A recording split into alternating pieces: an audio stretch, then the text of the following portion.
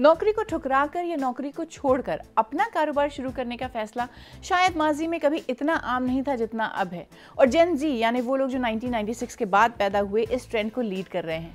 क्या वजह है कि पाकिस्तान समेत दुनिया भर में ये ट्रेंड बढ़ता जा रहा है? बर्तानिया में लॉयड्स बैंक ने एक सर्वे करवाया जिसमें शामिल जेन जी के नौजवानों में से 60% का कहना था कि वो नौकरी छोड़कर खुद अपना कोई काम शुरू करना चाहेंगे। 80% ने कहा कि बजाय किसी और बॉस के अंडर काम करने के वो अपने बॉस खुद होना चाहेंगे। 19% का कहना था कि नौकरी में वो तस्कीन नहीं जो वो चाहते हैं। और इसी तरह अमेरिका में भी एक रिसर्च में सामने आया कि 50% जेन जी नौकरी पर खुद अपना कारोबार खड़ा करने को तरजीह देंगे। इस किस्म की तब्दीली पाकिस्तान और इंडिया में भी आपने अपने इर्द गिर्द ज़रूर महसूस की होगी। आयशा अवान की ही मिसाल ले लें। उन्होंने तो अपनी तालीम के दौरान ही तय कर लिया था कि उन्हें नौकरी नहीं कुछ और करना है। मुझे कभी भी जॉब करने का ख्याल अच्छा नहीं लगा, क्योंकि मेरे लिए बहुत मुश्किल था कि मैं किसी की सुपरविजन में काम करूं। मेरे लिए creativity, freedom of thought, freedom of expression, ये चीज़ें बहुत अहम हैं।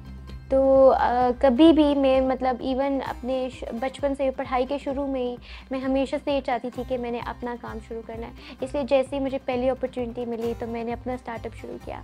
दो ये रिस्की है, इसमें बहुत ज़्यादा स्ट्रेस होता है, टीम को मैनेज करना बहुत मुश्किल होता है, लेकिन इसमें जो एक थ्रिल, एक मज़ा और अपना काम करने की खुशी है वो सबसे अलग है। सबसे पहला जो एतराज़ था वो फैमिली की तरफ से ही था। शायद ये कोई जनरेशनल चीज़ है। मेरे ख्याल में बिज़नेस करना आसान बहुत हो गया है। एक लैपटॉप और बस वाईफाई होना चाहिए आपके पास, और एक आप कमरे में बैठ के पूरी दुनिया के लोगों से इंटरेक्ट कर सकते हैं। स्टार्टअप करने का जो सबसे बड़ा फ़ायदा है वो इम्पैक्ट है, और वो इम्पैक्ट मेरी ज़ात से बढ़कर पूरी सोसाइटी पे हो रहा है। हम ना सिर्फ बाहर से अपने मुल्क के लिए पैसे लेकर आ रहे हैं, बल्कि हम लोगों के लिए जॉब्स भी क्रिएट कर रहे हैं। नौकरी को ज़्यादातर मुआशरों में एक सेफ और सिक्योर ऑप्शन की तरह देखा जाता रहा है। तो पिछले कुछ अरसे में ऐसा क्या हुआ कि हवा इतनी तेज़ी से बदल रही है? देखिए, नौकरी करें या कारोबार, ये कश्मकश नई नहीं है, ये हमेशा से रही है। नई बात है ये क्लैरिटी जो यंगर जनरेशन में नज़र आ रही है कि क्या करना है और क्यों। क्योंकि उसमें अपॉर्चुनिटीज़ ज़्यादा हैं। जॉब में सिर्फ एक महीने में वो सैलरी लेके गुजारा नहीं होता। बेसिकली बिजनेस करना चाहती हूँ, लेकिन फ़िलहाल जो पाकिस्तान के हालात चल रहे हैं यहाँ पे तो जॉब भी नहीं मिल रही, और बिज़नेस करने के लिए पैसे का होना बहुत ज़्यादा ज़रूरी है। अपनी ज़ाती राय लेंगे तो मैं तो बिज़नेस करना चाहूँगा, क्योंकि इस दौर में कोई ये नहीं चाहेगा कि जॉब करे, किसी के अंडर काम करे। मैं इन फ्यूचर जॉब करना चाहूँगी, क्योंकि बिज़नेस में मैं नहीं जाना चाहती। मुझे लगता है जॉब के ज़्यादा पर्क्स हैं और ज़्यादा इंसान रिलैक्स होता है जॉब में। अपॉर्चुनिटीज़ ज़्यादा है, फ्यूचर ज़्यादा है, जॉब्स का स्कोप नहीं है कोई। ऐसे नो कि पाकिस्तान जो है वो डिफ़ॉल्ट में जा रहा है, तो ऐसी सिचुएशन में तो बिज़नेस पॉसिबल नहीं है, सो आई प्रेफर जॉब। इम्पॉर्टेंट बात यह है कि इस तरह की तब्दीलियां अचानक नहीं आती, और इनकी कोई सिर्फ एक वजह भी नहीं होती, अक्सर कई वजूहात होती हैं। पाकिस्तान जैसे मुल्कों में भी आहिस्ता आहिस्ता सूरत हाल बदल रही है। आज भी पाकिस्तान के अंदर मिडिल टीयर यूनिवर्सिटी से अपर टीयर यूनिवर्सिटीज़ के दरमियान 78% लोग सिर्फ यही कहते हैं कि जी हमें किसी तरीके से एक जॉब मिल जाए अपॉन ग्रेजुएशन। रिसेंटली हाउएवर 1 से 2% के ऊपर ये डेटा शिफ्ट हुए, और इसके शिफ्ट होने की सबसे बड़ी वजह ये है कि डिजिटल कंटेंट मेकर्स ने और इन्फ्लुएंसर्स ने बच्चों को इस चीज़ के बारे में बताया कि आपके पास एक ऑल्टरनेट सोर्स ऑफ रेवेन्यू हो सकता है। बच्चे इस पॉइंट के ऊपर एक इनकम जनरेट करने के साथ साथ एक ऑल्टरनेट लाइफस्टाइल भी चाहते हैं, और इसको सही कहने की वजह सबसे बड़ा मसला ये है कि हमारे मुल्क के अंदर जो कॉम्पनसेशन एम्प्लॉयर्स हमारे बच्चों को दे रहे हैं वो बिल्कुल अनजस्टिफाइड है। आज के दिन के अंदर अगर एक बच्चा अपनी 4 साल की डिग्री करके टोटल ऑन एवरेज भी 15 से 20 लाख रुपए लगाए, और 4 साल के बाद जाके एक 35 से 40 हज़ार की नौकरी के ऊपर लोगों का एहसान लेके खुश हो, तो मेरे ख्याल में ये बच्चे के साथ एक मॉरल ज़्यादती है जो कि हमने एज ए सोसाइटी की है। और देखिए, मुकम्मल गारंटी के साथ ये कहना कि बिजनेस करना बेहतर है या नौकरी, ये मुमकिन नहीं है, क्योंकि बहुत कुछ जैसे इंसान की शख्सियत, उसके हालात, उसके इर्द गिर्द सपोर्ट सिस्टम पर भी ये डिपेंड करता है।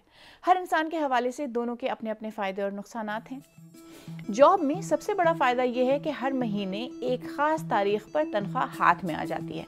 आपको ये फिक्र नहीं करनी होती कि कंपनी को कैसे चलाना है, पैसे कहाँ से लाने हैं। सेट औकात में काम करने से आपके पास फैमिली और अपने आप को टाइम देने का ज़्यादा मौका होता है।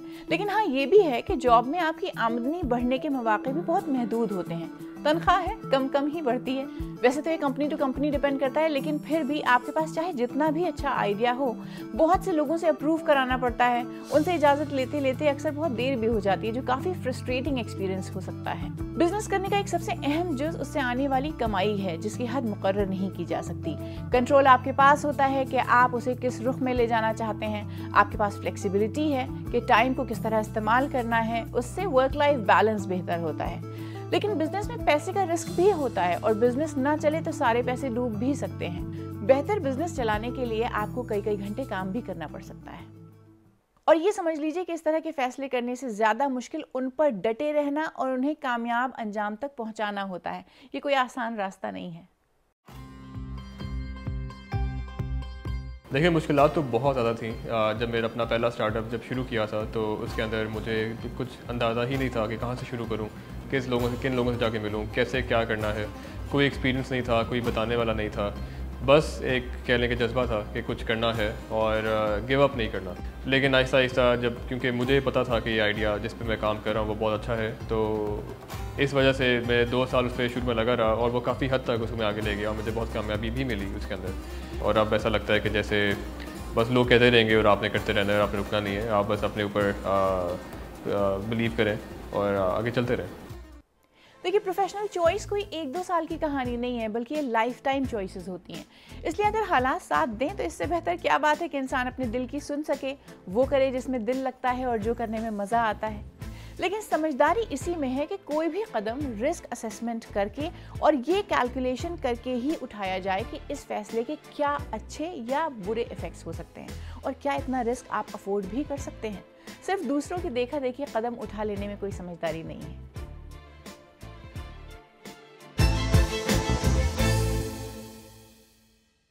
तो सरबीन की एपिसोड आपने एंजॉय की तो अपने दोस्तों के साथ शेयर भी कीजिए। यहाँ बेल आइकॉन पर क्लिक करके हमें सब्सक्राइब कीजिए ताकि आगे की कोई किस्तें आपसे मिस ना हो। और सरबीन की और भी एपिसोड्स आप देख सकते हैं यहाँ क्लिक करके या सर्च करके।